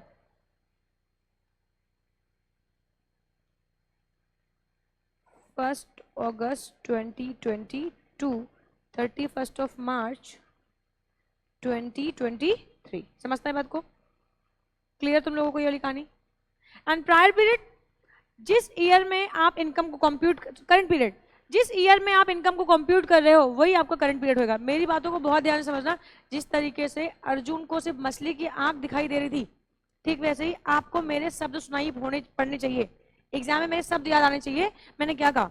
मैंने कहा प्रायर पीरियड क्या? जिस ईयर में घर बन के तैयार हुआ ठीक पहले 31 मार्च तक प्रायर पीरियड। और करंट पीरियड क्या? करंट पीरियड का जिस ईयर में इनकम को आप कंप्यूट करो वही आपके लिए करंट पीरियड होएगा। बीच में हो सकता है आपको ऐसा दे कि लोन ले लिया 5 साल 7 साल पहले, तो 7 साल पहले लोन ले लिया, आप प्रायर पीरियड भी निकालो और करंट पीरियड भी निकालो। समझता है?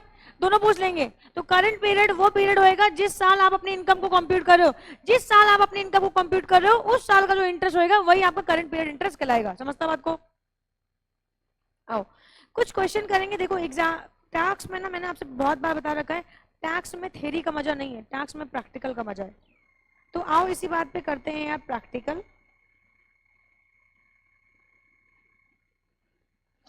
एक चीज लेकिन और आप लोगों को, या अभी इसको हैशटैग लगाती हूँ, जब प्रोविजन में 2-3 क्वेश्चन करवा लूंगी उसके बाद मुझे बताना कि मैम एक कौन से बचा हुआ है, ठीक है ना? तो इसको बाद में करूंगी। आ जाओ पहले एक काम करते हैं, आपके साथ करते हैं एक क्वेश्चन। पहले एक एग्जाम्पल कर लो मेरी बुक का। यहाँ पे आ जाओ, यहाँ पे आओ। एग्जाम्पल यहाँ से स्टार्ट हो रहा है, आप पढ़ेंगे एक बार। Mister X had taken a loan of ₹5 lakh for construction of a property 1/10/2022। Okay, loan की डेट आ गई अपने को, लोन की डेट मिल गई 1/10/2022 को इन्होंने एक लोन लिया। कितने का लोन लिया है बेटा? 5 लाख रुपीज का एक लोन लिया है। Property and interest is payable 10% and the construction complete 30/6/2023। Completion कब कंप्लीट हुआ है? 30/6 को। तो 30/6/2023 को कंप्लीशन कंप्लीट हो गया है और इंटरेस्ट जो है वो 10% का है, ठीक है ना यार? अब मेरे को निकालना है प्रायर पीरियड और करंट पीरियड। तो मैं यहाँ पे एक ऐसे लाइन खींचती हूँ, यहाँ पे लिखती हूँ यार प्रायर पीरियड इंटरेस्ट, और यहाँ पे मैं लिखती हूँ current period. Ma'am current period कैसे पता चलेगा? देखो क्वेश्चन में हमेशा दिया होएगा कि आपको कौन से ईयर, ये तो एग्जाम्पल है खैर, आपको हमेशा दिया होगा असेसमेंट ईयर, कौन से असेसमेंट ईयर के लिए निकालना है। तो हमारा जो असेसमेंट ईयर है वो क्या है? 24-25 है, 24-25 के लिए निकाल रहे हैं। अब प्रायर पीरियड की डेट कोई मुझे बताएगा क्या? डेट क्या है? प्रायर पीरियड की डेट क्या है यार? ये तो मुझे पता है 1/10/2022 से स्टार्ट होएगा, 31/3/2023 या 22-23। ठीक है, तुम लोगों ने कह दिया तो मैं मान लेती हूँ, वैसे मैं मानती नहीं। तो इसका मतलब ये है कि हमें कहाँ तक के हमें प्रायर पीरियड इंटरेस्ट कहाँ तक निकालना है? तो हमें निकालना है भाई, ये देखो एक तो आ जाएगा, अच्छा यही 22-23, तो 22-23 ही हमारे लिए प्रायर पीरियड रहा। 22-23 तो प्रायर पीरियड रहा। अच्छा अब कितने का लोन लिया यार? 5 लाख रुपीज का। 10% का लगेगा ना, इनटू अक्टूबर, नवंबर, दिसंबर, जनवरी, फरवरी, मार्च, 6 मंथ का, इंटू 6/12 कितना आएगा बेटा? ये 25,000, 25,000 रुपीज। समझता है? ये आ गया प्रायर पीरियड इंटरेस्ट। बट आपको क्या प्रायर पीरियड इंटरेस्ट पूरा अलाउ हो जाता है? नहीं। कितना अलाउ होएगा? 25,000 डिवाइडेड बाई 5, कितना आएगा यार ये? 5,000। यानी कि इस साल 23-24 में आपको इतना इंटरेस्ट प्रायर अलाउ होएगा। नाउ करंट पीरियड, तो अगर ये अब हमारे लिए करंट पीरियड जो होएगा वो मैं आपको बता रही हूँ। ऑफकोर्स हम लोग जो वो कर रहे हैं, इनकम कंप्यूट कर रहे हैं, हमारे लिए जो हमारा फाइनेंशियल ईयर है वो हम कंसीडर कर रहे हैं 23-24, और जो हमारे लिए असेसमेंट ईयर है जिसका इनकम कंप्यूट करेंगे वो है 24-25, ठीक है ना यार। तो फाइनेंशियल ईयर मेरे लिए यहाँ पे क्या हो जाएगा? 23-24। तो 23-24 हमारे लिए क्या हो गया? करंट पीरियड हो गया। तो 23-24 हमारे लिए क्या हो गया? करंट पीरियड हो गया। एंड 23-24 में कितना इंटरेस्ट लगेगा? 10%। कितना आ गया बेटा? 50,000। और कितना टोटल इंटरेस्ट इनको अलाउ होएगा 24B में? सेक्शन 24B में अलाउ होएगा 50,000 प्लस 5,000। कितना आ गया? 55,000। आंसर चेक कर लेना। खैर आंसर कभी मैं चेक करती नहीं हूँ, समझते हैं। लेकिन ये तो एग्जाम्पल था जिसमें आपको प्रायर पीरियड और करंट पीरियड की कहानी मैंने बताई। चलो एक काम करते हैं, एक बड़ा क्वेश्चन करते हैं, तब वहां पे और समझ में आएगा। यहाँ पे देखो, mister x has taken a loan of ₹15 lakh on 1/7/2019। ठीक है, 1/7/2019 को लिया। आप लिख लो डेट, मैं भी आपसे पूछूंगी जब मैं क्वेश्चन करवाना स्टार्ट करूंगी। 1/7/19 को उन्होंने एक लोन लिया है। रेट ऑफ इंटरेस्ट कितना है? 12% का है। And construction of one house property which was completed on 1/5/2023। तो ये कंप्लीशन की डेट प्लीज लिख लो, अभी पूछूंगी आपसे। And was let out 90,000 per month with the effect from जुलाई। ठीक है, फेयर रेंट इतना है, एसोसिएट पेड म्युनिसिपल टैक्स 30,000। एक काम करो, पहले इंटरेस्ट से निकालेंगे हम लोग, है ना। Okay, 30,000 and SSC has paid and SSC has repaid the loan amount in annual installment of ₹1 lakh. यहाँ पे एसएससी क्या कर रहा है? इस क्वेश्चन में रीपेमेंट भी है यार आपके लोन अमाउंट की, तो फिर यहाँ पे हमें इस चीज को भी कंसिडर करना है। 2 मिनट पहला क्वेश्चन मुझे करने देना, एकदम मैं बताऊंगी आपको कैसे करना है। स्टार्टिंग फ्रॉम 1/1/2022, बस मुझे डेट बताना। ये लिख लो, 1 लाख रुपए रीपेमेंट कर रहे हैं और किस डेट से कर रहे हैं? 1/1/2022 से कर रहे हैं, ठीक है। चलो, कितने का लोन है यार? यहाँ पे 15 लाख का लोन है। चलो अब मुझे एक काम करो, आप मुझे बताओगे ये एग्जाम्पल नंबर कौन सा है? 3 है, 3 है। चलो पहले लोन की डेट बताओ यार, कितनी है यार? 1/7/2019। कंप्लीशन कब हुआ है घर का? 1 मार्च है। कुछ गड़बड़ तो नहीं कर रखा है तुम लोगों ने यार? 1 मई है, 1 मई बेटा। कंस्ट्रक्शन कंप्लीट 1 मई ना, मतलब अभी तो प्रायर पीरियड निकलवा रही हूँ 2023, आप निकलवाऊंगी। पहले लोन का अमाउंट बता दो कितना है? 15 लाख। रेट ऑफ इंटरेस्ट बताओ? 12%, बस। और जब रीपेमेंट बता दो, 1 लाख रुपए का रीपेमेंट हो रहा है, किस डेट से हो रहा है? 1 जनवरी। ठीक है, चलो बस। अब हम बात करते हैं, यहाँ पे हम एक लाइन खींचेंगे ऐसे। वर्किंग नोट आपको देना है आपके एग्जाम में जरूर, और हर चीज के वर्किंग नोट जरूरी है देना। अगर वर्किंग नोट नहीं देगा तो तुम्हारा मार्क्स कट जाएगा। ये आ गया यार अपने लिए प्रायर पीरियड, और ये आ गया अपने लिए करंट पीरियड। जरा क्वेश्चन में लास्ट में देखो कौन से असेसमेंट ईयर के लिए कंप्यूट करना है। 24-25 असेसमेंट ईयर है, तो करंट ईयर क्या हो जाएगा? 23-24। चलो, प्रायर पीरियड होएगा 1/7/19 से 31/3/2023, ठीक है ना यार। चलो अब यार यहाँ पे ना हम इसको ऐसे बाइफरकेट करेंगे, वरना अब 1/7/19 से 2023 तक इकट्ठे नहीं निकाल सकते, क्योंकि बीच में रीपेमेंट है। अगर रीपेमेंट नहीं होती तो आप एक काम करते, 1/7/19 से लेके 31/3/2023 तक जितने भी मंथ थे आप मंथ निकाल लेते, उतने मंथ का इंटरेस्ट निकाल लेते। लेकिन अब यहाँ पे हम मंथ के पूरे इकट्ठे नहीं निकाल सकते, क्योंकि बीच में 22 से रीपेमेंट भी है। तो फिर यहाँ पे हमारे को ना ईयर टू ईयर निकालना पड़ेगा। तो एक काम करते हैं, सबसे पहले हम 19-20 का निकाल लेंगे, फिर 20-21 का निकालेंगे, फिर 21-22 का निकालेंगे, फिर 22-23 का निकालेंगे। यही तो निकालना है। उसके बाद 23-24 तो हमारा करंट पीरियड है। ओके, लोन का अमाउंट है 15 लाख, 15 लाख का लोन है, 12% का इंटरेस्ट है। अब यहाँ पे जुलाई से लोन लिया ना, तो जुलाई, अगस्त, सितंबर, अक्टूबर, नवंबर, दिसंबर, जनवरी, फरवरी, मार्च, 9 मंथ का। तो 9/12 कितना आएगा बेटा? हाँ, 1,35,000। ठीक है, यहाँ पे तो 15 लाख पे पूरा निकाल देंगे क्योंकि यहाँ पे तो पूरे साल का ही लग रहा है। कितना है बेटा?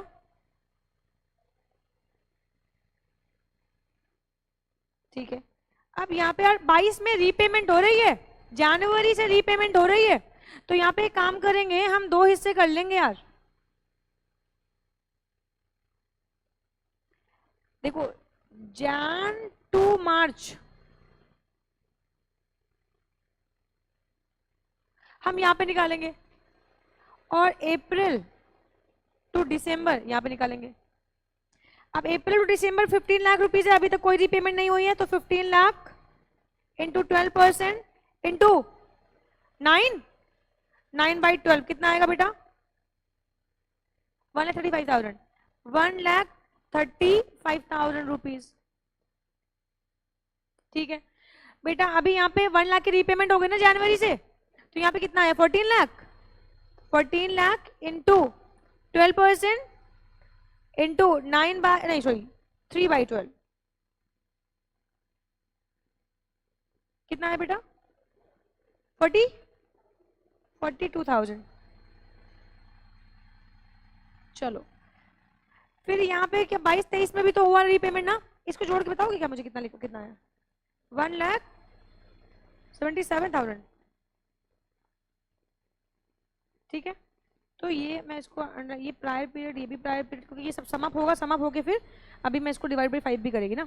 22-23, तो 22-23 में यहाँ पे फिगर आई 14 लाख रुपीज, तो यहाँ पे भी हम दो हिस्से कर लेते हैं यार।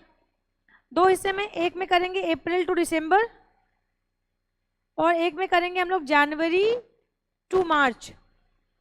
तो अप्रैल टू दिसंबर 14 लाख रुपीज का है, एंड 14 लाख पे 12% इंटू 9/12 कितना है बच्चे? 1,26,000। और जनवरी टू मार्च यहाँ पे 1 लाख का रीपेमेंट हो गया ना, तो यहाँ पे आया 13 लाख। 13 लाख इंटू 12% इंटू 3/12 कितना है बेटा? 39,000। जरा एक काम करो, इन दोनों को समअप करो, कितना आएगा? 165,000। अब एक काम करो, इन सबको जोड़ दो यार, कितना आएगा?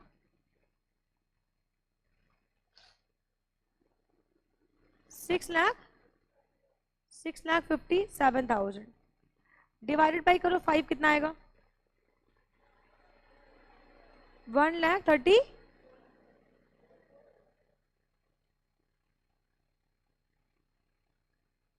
ये आ गया, ये आपका प्रायर पीरियड इंटरेस्ट आया 6,57,000।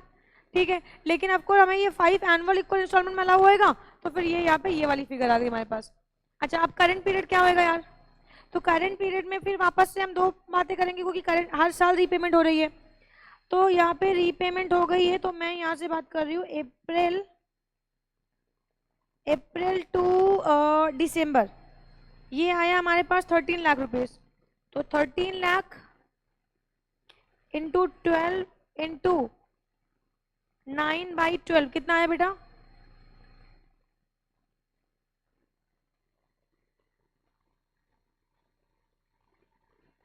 1,17,000। अच्छा, अब यहाँ पे फिर जनवरी में रीपेमेंट हो गई, तो यहाँ पे हम बात करें Jan to March. Jan to March यहाँ पे आया 12 लाख, तो 12 लाख इंटू 12% इंटू 3/12 कितना है बेटा? ये 36,000। अच्छा, करंट पीरियड इंटरेस्ट तो आपको पूरा अलाउ होने वाला ना, जोड़ो कितना आएगा? 1,53,000। अब एक काम करो, इन दोनों को जोड़ो, कितना आएगा? 3 लाख 2,88,000।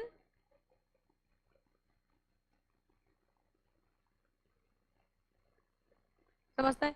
इतना इंटरेस्ट आपको अलाउ हो रहा होएगा।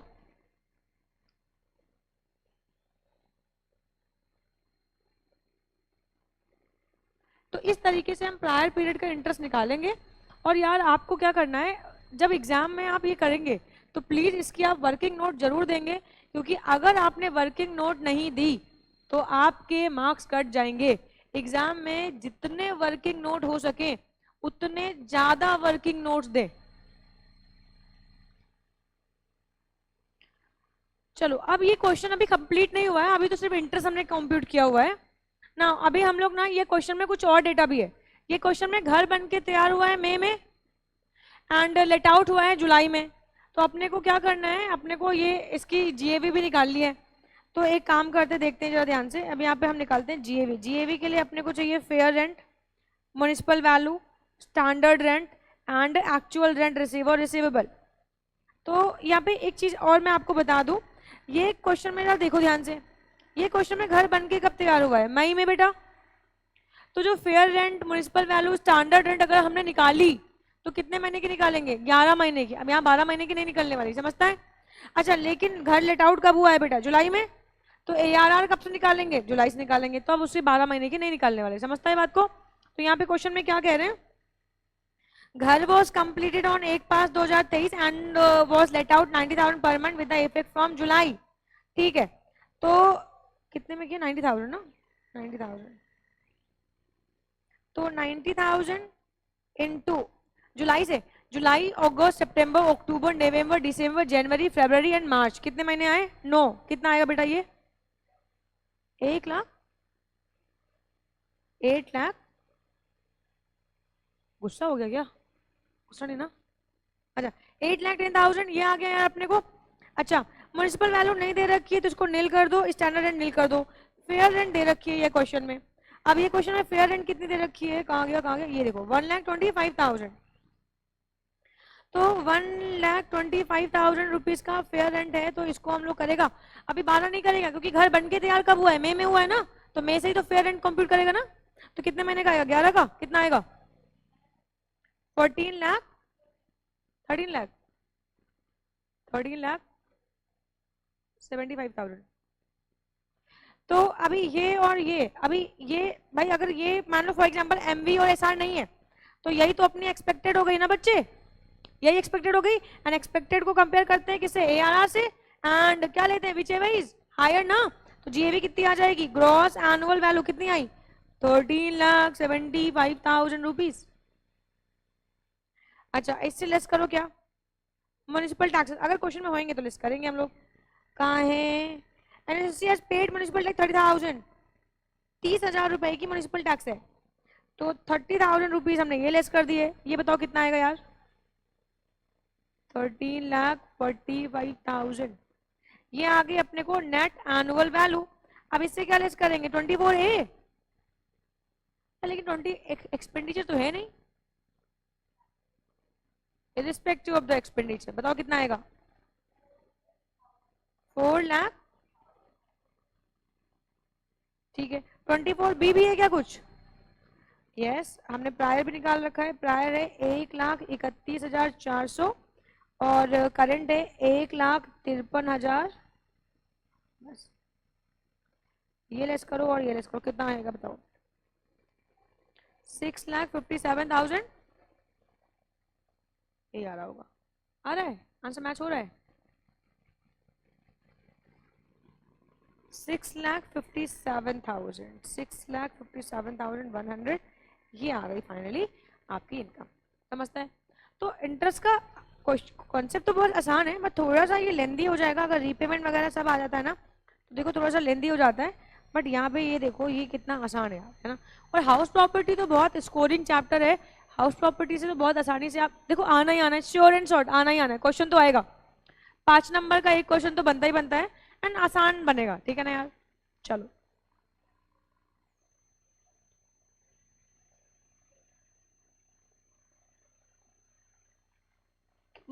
वो तो टोटल हाउस पे गया ना, वो तो पूरे साल भर का, जब घर बन के तैयार वो तो कंप्यूट करके दे दिया है। अगर घर कंप्यूट करके दे दिया है तो फिर मतलब घर की टोटल वैल्यू पे अगर हमने म्युनिसिपल वैल्यू कंप्यूट करके दे दिया है तो घर जब से बना होएगा तभी से म्युनिसिपल वैल्यू लगना स्टार्ट हुआ है, म्युनिसिपल टैक्स लगना स्टार्ट हुआ होगा, तो उतना ही लेंगे। स्टैंडर्ड रेंट बेटा, स्टैंडर्ड रेंट एनएवी पे कंप्यूट करते हैं और एनएवी तो हमारी कितनी क्या है भाई, 11 महीने से निकाली ना हमने। तो वो कॉमन सेंस है कि वो उसी पे एडजस्ट ही हो रही है।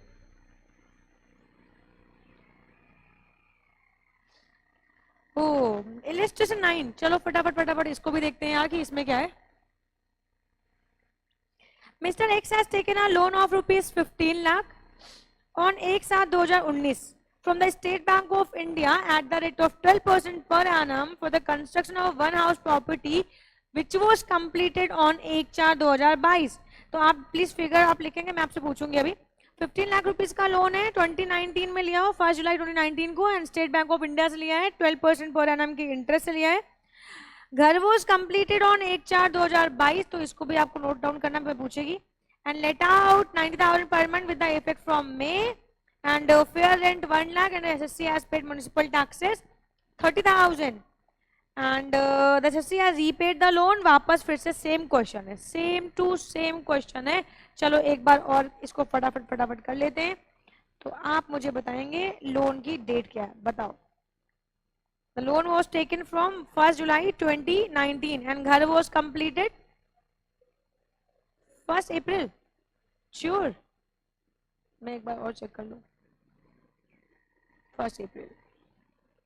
घर वॉज कंप्लीटेड 1 अप्रैल। अब यहाँ पे आपको एक नई चीज देखने को मिलेगी, अच्छे से क्वेश्चन देखने का एक नई चीज मिलने वाली है यहाँ पे आपको। 1/4/2022 को हमने घर को कंप्लीट कर दिया, तो लोन की डेट ये है, ये कंप्लीशन की अमाउंट बताओ लोन का। लोन कितने का है?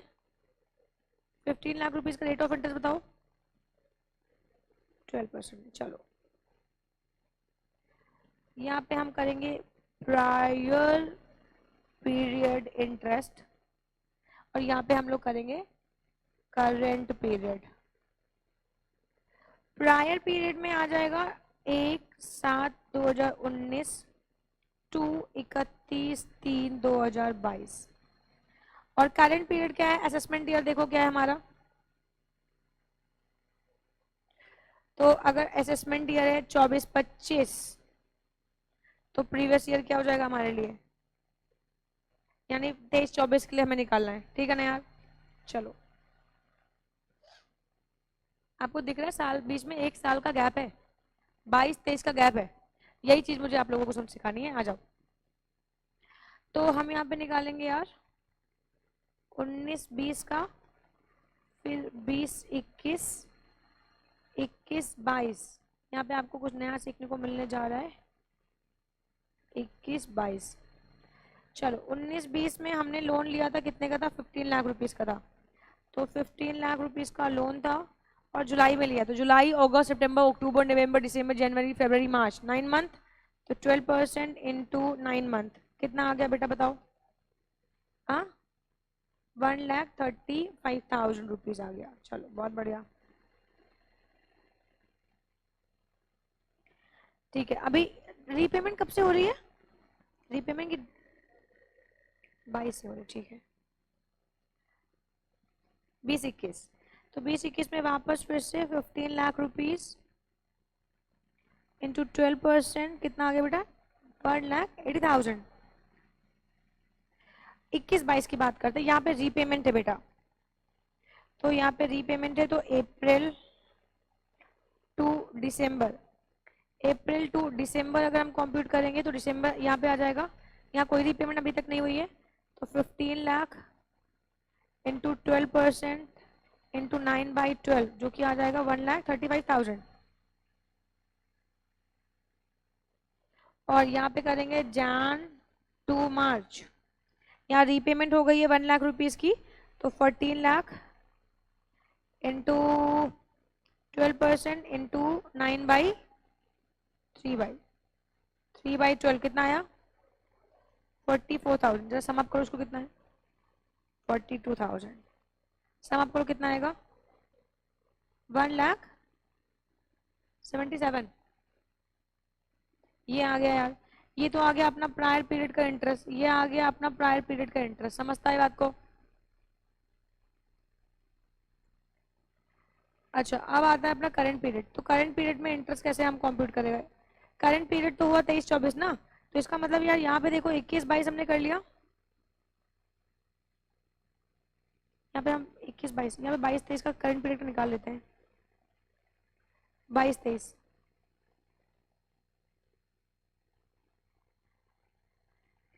तो यहाँ पे फिर से वापस 2 बार बाइफर्केशन होएगा।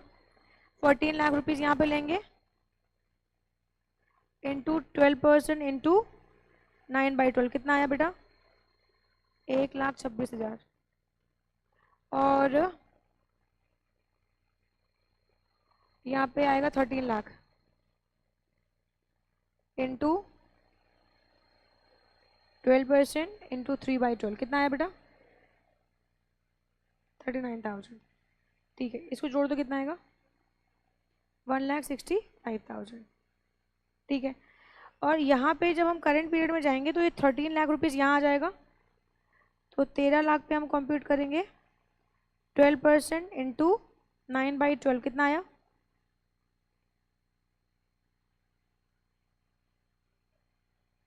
1,17,000 प्लस फिर यहाँ पे ये तो दिसंबर तक के लिए था, जनवरी से फिर रीपेमेंट है ना, जनवरी से रीपेमेंट है,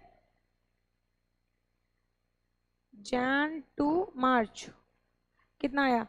12 लाख इंटू 12% इंटू 3/12 कितना आया?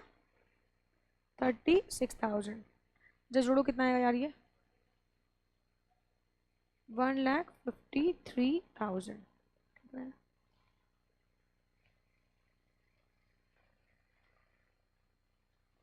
तो ये 1,65,000 आया, 1,65,000, इसको जोड़ा तो कितना है? 4,90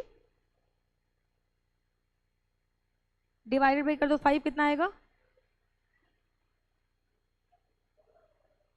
क्या बेटा? नहीं मैं समझ नहीं पाई, क्या कह रहे हो?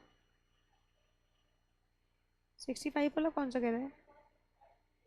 हाँ, प्रायर पीरियड तो कंसिडर करेंगे ना, 23-24 में हम अगर अलाउ करवा रहे हैं तो ऑफकोर्स वो कंसिडर होके आएगा ना।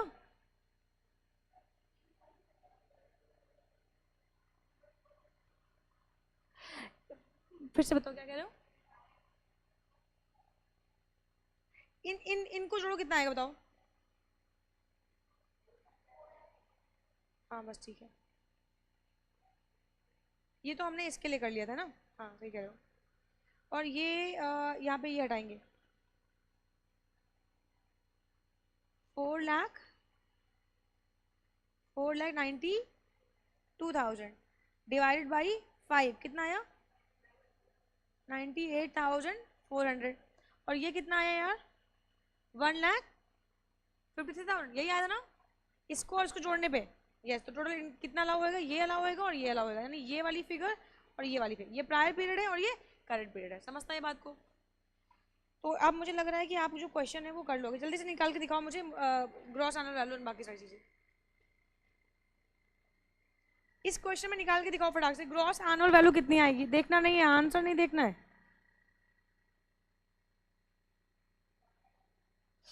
आ गई? 12 लाख दो ही है, एक है फेयर रेंट, यस मैं दिख रहा है मेरे को, एक है हमारे पास फेयर रेंट, मई से है। घर बन के कब तैयार हुआ है? मई में तैयार हुआ है ना? नहीं, घर वॉज कंप्लीटेड अप्रैल। अब यहाँ पे फेयर रेंट कितने महीने का लेंगे? 12 का ना, तो घर वॉज कंप्लीटेड 1/4/2022, तो फिर इसका मतलब अच्छा यहाँ पे पूरे महीने का आएगा। और लेट आउट कब किया है? 90,000। सुनो सुनो सुनो सुनो, एक चीज और, गेम खेल रहे हैं आपके साथ। ये देखो, घर वॉज लेट आउट 1/5/2022 ना, और हम कौन से ईयर के लिए निकाल रहे हैं? 23-24 ना, तो इसका मतलब है पिछले साल ही लेट आउट हो गया था और अभी भी लेट आउट है, तो हमारी ARR भी कितने महीने की निकलेगी? 12 महीने की निकलेगी। समझता है बेटा? यहाँ पे देखो ना यार, 2022 है और हमारे लिए हम कौन से ईयर की अकाउंटिंग कर रहे हैं? 23-24 ना, 23-24 कर रहे हैं, तो कॉमन सेंस से सब कुछ 12 महीने का निकलेगा। मैं कराई यार, तुम कांड कर देगा। फेयर रेंट कितना आया बेटा? 1 लाख रुपीज है, तो हम इसको करेंगे इंटू 12 और ये आ जाएगी 12 लाख। और ARR कितना है? देखा नहीं यार, 90,000 है। 90,000 इंटू 12 कितना आया? 10,80,000। विच एवे इज हायर? GAV कितनी आ गई? 12 लाख। म्युनिसिपल टैक्सेस है क्या? 30,000। Municipal taxes 30,000। लेट्स को कितना आएगा यार ये? 11 लाख। ये आ गई नेट एनुअल वैल्यू। एंड इसे लेस करेंगे 24A स्टैंडर्ड डिडक्शन कितनी आई? 3 लाख और 24B में कितना आया था बेटा टोटल? 98,400 एक आई हुई है ना? और 1,53,000 लेट्स को कितना आएगा? 5,67,000। समझता है बात को? तो ये आ गई आपकी 5,67,600। समझता है बात को? तो यहाँ पे ये हो गया यार इंटरेस्ट का, ये क्वेश्चन हो गया। एक क्वेश्चन मैं आपको SW देना चाहूंगी, ये 11th क्वेश्चन है, ये आपका SW होएगा। इसमें भी कुछ खास नहीं है, बट इसमें एक लोन, हाँ इसमें भी कुछ खास है। एक लोन को रीपे करके एक दूसरा लोन, मतलब एक दूसरा लोन लिया, उससे पहला लोन रीपे कर दिया। तो ये चीज को ध्यान में रखना, ट्राई करना, होएगा तो होएगा, नहीं होएगा तो मैं क्लास में करवा देगी। समझता है? तो 11 क्वेश्चन एंड ये वाला क्वेश्चन भी आपका SW है। 3 हो गए, एक मैंने GAB पे दिया हुआ है और एक इलस्ट्रेशन 11, एक इलस्ट्रेशन 12, ये आपके क्या हो गए? HW हो गए। तो अच्छा, अब एक प्रोविजन और बचा है, वो भी कर लो। मैंने आपसे कहा था हैशटैग लगाया था। देखो कभी कभी ऐसा होता है ना कि मैंने ना आउटसाइड इंडिया कोई लोन ले लिया। अगर मैंने आउटसाइड इंडिया कोई भी लोन लिया हुआ है तो मुद्दा ये आता है कि क्या उसका भी डिडक्शन मुझे 24B में मिलेगा? The answer is yes.